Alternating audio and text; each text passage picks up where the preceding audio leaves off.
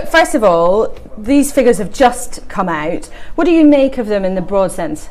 I think that they show the scandal of the promise made by politicians repeatedly that they could cut immigration to the tens of thousands, and then to throw their hands up in the air and say there's nothing we can do because Brussels has taken away our control of immigration. We've now got a city the size of Oxford from the EU alone, 333,000 net from all around the world. The situation is completely out of control. The only way to sort it out is vote leave on June the 23rd and take back control. But Boris Johnson, you say it's a scandal of politicians making that promise. It's your party that's consistently made that promise. I agree, and I think that the only way to rectify that mistake is to vote leave. So it was a mistake. Just to be clear, you're saying it was a mistake to have the 100,000 target. Yes, I do, because there was no way in the EU of making it work, and that is the outrageous thing.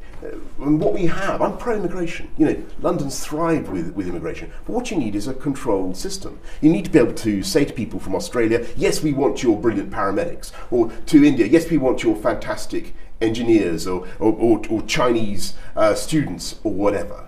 But it's crazy when we're pushing those people away and have absolutely no control over huge numbers of people coming from the EU 28. Now, that is one of the fundamental things a state should be able to do. It should be able to reflect the will of its people expressed at an election and control numbers coming in. We have lost control, and it's time to take it back. Would you have any limit on numbers of people coming in?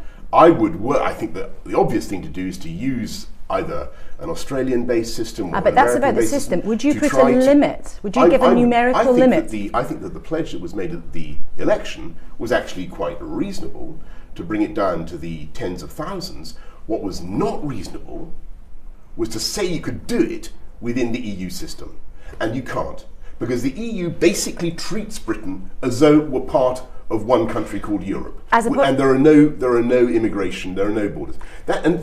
Before people say that this is some fundamental principle of EU law, it is not a fundamental principle of EU law. It has been greatly amplified and extended since Maastricht and the concept of EU citizenship in 1991. It is not the law of the Medes and the Persians. It can be deviated from. The only way to change this is to vote leave on June the 23rd. I know you're short of time, but just finally, as a politician who has been pro-immigration for many years, it seems like you are using these figures to try to whip up fears of immigration in the referendum campaign. Absolutely not. I'm the beneficiary of immigration. My family come from immigrants. I'm the proud descendant of immigrants. I was until recently the mayor of a city that, as I say, has thrived from immigration. This is a point about democracy.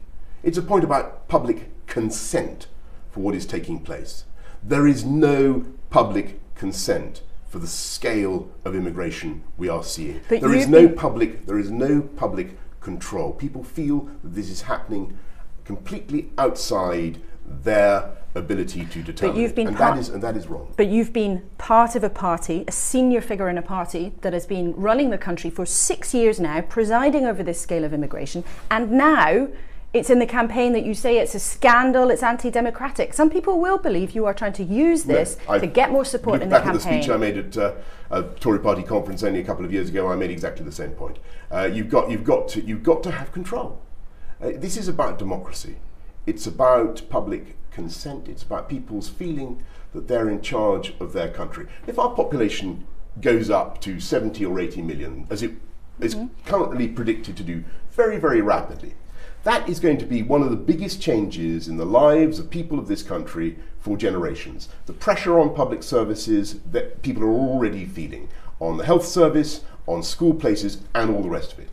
People deserve to think that their politicians are able to determine this and to have some say in the matter. And if they elect them on a manifesto to bring it down to the tens of thousands, then I think they're entitled to see that pledge fulfilled. And what I think is cynical and unacceptable is to say that you can fulfill that pledge when manifestly you can't because of the EU regime. So the only way to sort it out is to take back control. So the Prime Minister's manifesto misled people then? That's what you're saying. I do think that it was a mistake, as I've said earlier on,